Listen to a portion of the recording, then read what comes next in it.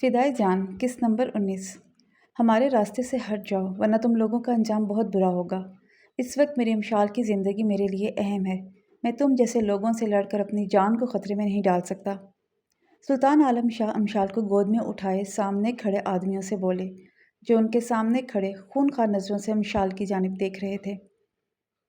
बस दुआ करना कि मेरी बीवी को कुछ ना हो, क्योंकि अगर उसे कुछ हुआ ना तो तुम सब के सब बहुत बुरी मौत मरोगे। सुर्ख आंखों को उन पर जमाते हुए सुल्तान आलम शाह चबा चबा कर बोले, इस नहुसत को बचाने की वजह से तुम वैसे भी बचोगे नहीं, क्योंकि तुमने इस मनहूस को हमसे छुपा कर रखा है। इस गुनाह की सज़ा तो तुम्हें मिलकर रहेगी, और इसकी सज़ा सिर्फ तुम्हारी जान की कीमत है, जो हम हर हाल में तुमसे लेकर रहेंगे।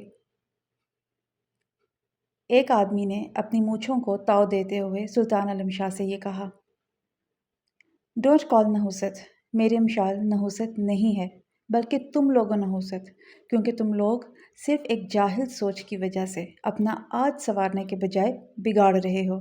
सुर्ख आंखों से उस आदमी को घूरते हुए सुल्तान आलम शाह ने जवाब दिया, मुझे बहुत अफसोस हो रहा है तुम लोगों की इस सोच पर। अगर तुम लोग ये छोटी सोच ना रखते तो आज मेरी अमशाल की ज़िंदगी में उसके अपने मौजूद होते, और वो इस हाल में हरगिज़ नहीं होती। उन्होंने अमशाल को अपनी मजबूत बाजुओं के हसार में छुपाते हुए कहा,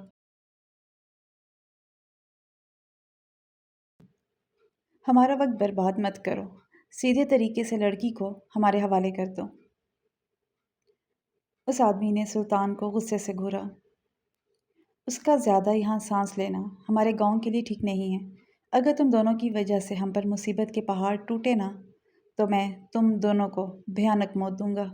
आदमी ने अपनी सुरमई से भरी नीली सुर्ख आंखों से अमशाल की जानिब देखा। अगर तुम सुकून से मरना चाहते हो तो इस लड़की को हमारे हवाले करके इस पहाड़ पर जाकर कूद जाओ। वो आदमी अमशाल पर अपनी गुस्सीली निगाहों को जमाते हुए नफरत अंगेज लहजे में बोला। गुल खान सुल्तान आलम शाह से जवाब देने के लिए मुंह खोल ही रहे थे, तभी किसी की भारी रौबदार आवाज़ पर वह चुप होकर सामने देखने लगे, जहाँ पर एक आसमानी कलर की कमीज़ शलवार में मरबूस क्रीम कलर की शॉल कंधों पर ओढ़े एक नौजवान खड़ा उस आदमी को घूर रहा था। छोटे खान, आप यहाँ क्या करने आए हैं? जो आदमी सुल्तान को धमका रहा था वो इस सुर्ख सफ़ेद पतानी नक्श वाले नौजवान के सामने जाकर अपना सर झुकाकर बोला, तुम लोगों का तमाशा देखने। नौजवान ने सख्त नज़रों से गुल खान की जानिब देखते हुए कहा,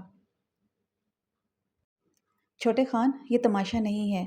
मैं जो कर रहा हूँ हम सब की बेहतरी के लिए कर रहा हूँ। अगर ये मनहूस लड़की नहीं मरी ना तो आहिस्ता आहिस्ता हमारे गांव में जानवरों के साथ साथ इंसान भी ख़त्म होने लग जाएंगे। गुल खान सुल्तान आलम शाह की बाहों में अमशाल के बेहोश वजूद की जानिब देखते हुए नफ़रत से बोला, उफ़, एक तुम लोगों की ये जाहिलियत। उस नौजवान ने गुस्से से गुल खान की जानिब देखा, ये लड़की मनहूस नहीं है, बेवकूफ़ इंसान। गांव में जानवर एक वायरस फैलने की वजह से मर रहे हैं, और ये वायरस इतना ख़तरनाक बन चुका है कि अब जानवरों के साथ साथ इंसान पर भी असर कर रहा है। वो नौजवान उन लोगों की जाहिलियत की वजह से पत्तियों में मुक़य्यद उनकी आंखों को खोलने की कोशिश करने लगा। उस वायरस को ख़त्म करने के बजाय और शहर से डॉक्टर की टीम को बुलाने के बजाय तुम लोग यहाँ इन मासूम लोगों को जानवर की तरह काटने के लिए उनके पीछे किसी जंगली जानवर की तरह भाग रहे हो। तुम सब के सब इसी वक्त शहर जाकर लंदन से आए डॉक्टर की टीम को यहाँ लाओ। वो नौजवान सख्त नज़रों से उन सब की जानिब देखते हुए बोला। तो उस नौजवान की बात पर वो सब तेज़ी से वहाँ से चले गए। उन सब के वहाँ से जाते ही वो नौजवान मुड़कर उन दोनों की जानिब देखने लगा। आप इन्हें लेकर मेरे पीछे आइए, सुल्तान आलम शाह से कहकर वो सामने खड़ी स्याह जीप की जानिब बढ़ा। तो सुल्तान आलम शाह अमशाल को लिए खामोशी से उसके पीछे बढ़े। सर, ये नौजवान कौन है? साहिर कमिश्नर को अपने ऑफिस में पुलिस वर्दी में मलबूस एक बेहद हैंडसम नौजवान के साथ अंदर दाखिल होते हुए देखकर अदब से खड़ा होकर कमिश्नर को सैल्यूट पेश करके उनसे उस नौजवान की जानिब देखते हुए पूछने लगा, ये आज से तुम्हारी जगह लेगा। तुम आज से एसएचओ की पोस्ट से हटकर इंस्पेक्टर के काम सर अंजाम दोगे। कमिश्नर की बात पर साहिर राजपूत हक्का बक्का रह गया। सर, ये तो नाइंसाफ़ी है। मैं कितनी ईमानदारी से अपने फ़राइज़ निभा रहा हूँ, और आप मुझे मेरे रुतबे से ही हटा रहे हैं। साहिर राजपूत ने उनके सामने खड़े होकर नहायत संजीदगी से कहा, کتنی ایمانداری سے تم اپنا فرض نبھا رہے ہو، یہ میں اچھے سے دیکھ رہا ہوں ساحر علی راجپوت۔ کمشنر نے گھور کر اسے دیکھا۔ اگر تم نے اپنے کام کے بیچ میں اپنے خاندان کی عزت کو چنا نہ ہوتا تو آج وہ آر ہماری گرفت میں ہوتا۔ وہ آج ہمارے ہاتھوں سے نکلا ہے تو صرف تمہاری وجہ سے نکلا ہے۔ کمشنر نے تیکھی نظروں سے اسے دیکھتے ہوئے کہا، سر، وہ آر بھاگا ہے، میں نے اس کے ساتھیوں کو تو اس کے کہنے پر چھوڑا نہیں ہے نا؟ ساحر راجپوت اس نوجوان کی نظروں کو خود پر محسوس کر کے اپنی نظریں اٹھا کر اس کی جانب دیکھنے لگا، جو اسے اپنی سیاہ آنکھوں سے دیکھ کم اور گھور زیادہ رہا تھا۔ اور اگر میرے پاس انہیں چھوڑنے کے علاوہ کوئی آپشن نہیں ہوتا نا، تو تب سر میں اس کے آدمیوں کو اس کے ایریے پر ہی چھوڑ کر اسی وقت ان سب کو اڑا دیتا، اس آر کے ساتھ بھاگنے نہیں دیتا۔ اس نوجوان کی گھوریوں کو نظر انداز کرتے ہوئے بولا، اس وقت میرے پاس راکم رحیم شاہ تم سے زیادہ بہتر آپشن ہے۔ اس آر کو پکڑنے کے لیے تم سے امید لگا کر میں نے دیکھ لیا ہے، اب مجھے تم سے کوئی بھی امید نہیں ہے۔ اب میری ساری امیدیں صرف راکم رحیم شاہ سے ہیں۔ کمشنر کی بات پر ساحر نے اس نوجوان کی جانب دیکھا جو چہرے پر پھرتیلے تاثرات سجائے کھڑا اسے گھور رہا تھا۔ آخر سر اس میں ایسی کیا بات ہے جو آپ اسے مجھ سے کمپیئر کر رہے ہیں؟ ساحر علی راجپوت نے بھویں سے کرتے ہوئے کہا، ہاں ظالم، تم پاگل ہو کیا جو بلا وجہ مجھے مار رہے ہو؟ اس کی بات پر راکم رحیم شاہ نے آگے بڑھ کر اسے اٹھا کر نیچے پٹکا تو اس اچانک حملے پر ساحر زور سے چیخ اٹھا، آئی ڈونٹ لائک نوائز۔ تم بہت شور کرتے ہو، مجھے شور مچانے والے لوگوں سے سخت نفرت ہے، سو آئندہ سے میرے سامنے اپنی ایک گز بھر کی زبان پر لگام ڈالنا، ورنہ میں اسے کاٹ کر ہماری سرچ کرنے والے خونخوار کتوں کے آگے ڈال دوں گا۔ راکم رحیم شاہ کی بھاری گھمبیر آواز اس روم میں گونجی، سر آپ اس پاگل سر پھرے سے امید لگائے بیٹھے ہیں؟ ساحر علی راجپوت اپنی کمر پکڑ کر غصے سے راکم رحیم شاہ کی جانب گھورتے ہوئے کمشنر سے بولا، ہاں میں اس کے اسی سر پھرے اور اسی پاگل پن کی وجہ سے اس سے امید لگانے پر مجبور ہوں۔ یہ تمہاری طرح بے وقوف نہیں ہے، یہ سوچ سمجھ کر اپنا مشن پورا کرتا ہے، اور جب اسے غصہ آتا ہے اور پاگل پن کے دورے پڑتے ہیں نا، اسے تب یہ اپنے مشن کو اسی وقت ختم کر دیتا ہے جس وقت اسے وہ مشن ملتا ہے۔ کمشنر نے فخر سے راکم رحیم شاہ کی جانب دیکھتے ہوئے کہا۔ کمشنر کی تعریف پر ساحر علی راجپوت جل بھن کر رہ گیا، جبکہ راکم رحیم شاہ اپنی تعریف پر بھی نہیں مسکرایا، بلکہ وہ اسی سرد پتھریلے تاثرات سے کھڑا ساحر راجپوت کو گھور رہا تھا۔ لائٹ جانے کی وجہ سے لائبریری میں اندھیرا چھایا ہوا تھا، جس کی وجہ سے اس وقت لائبریری میں ایک وحشت ناک ماحول بن چکا تھا۔ زارا بطور جو ریک سے ٹیک لگائے بیٹھی تھی، وہ اتنی خاموشی پر اپنے دونوں ہاتھ گھٹنوں سے لپیٹ کر ادھر ادھر دیکھنے لگی، اور اس طرح دیکھنے پر اس کے دل میں ڈر اور بھی زیادہ بڑھنے لگا۔ ارے یار کیا مسئلہ ہے، چارج کو بھی ابھی ختم ہونا تھا۔ زیرون راجپوت جو دروازے کے پاس کھڑا کسی کو کال ملا رہا تھا، لیکن لائبریری بند ہونے کی وجہ سے وہاں نیٹ ورک نہیں آ رہا تھا، جس کی وجہ سے کسی کو کال نہیں لگ رہی تھی۔ اس کے بار بار کال ملانے کی وجہ سے اس کے موبائل کی چارجنگ ختم ہوئی تو وہ موبائل بند ہوتے ہی زور سے چیخ کر بولا، تم سکون سے بیٹھ نہیں سکتے کیا؟ پہلے سے ہی تمہاری وجہ سے مجھے برے برے خیالات آ رہے ہیں۔ اس کی چیخ پر زارا بطول اپنے دل پر ہاتھ رکھ کر اندھیرے میں اس کے بڑے سے ہیولے کو گھورتے ہوئے بولی، کیسے خیالات آ رہے ہیں میڈم؟ ذرا روشنی ڈالنا۔ اندھیرے میں اس کی آواز سن کر زیرون راجپوت دروازے کے قریب کھڑے ہی زور سے بولا، ہائے اللہ، یہ بندہ پتہ نہیں کس مٹی سے بنا ہے، مجھے ڈرانے کا کوئی موقع نہیں چھوڑتا۔ مجھے لگتا ہے اس کی ماں نے اس کے وقت زیادہ کریلے کھائے ہوں گے، تبھی یہ مجھے ایک سڑے ہوئے کریلے کی طرح لگتا ہے۔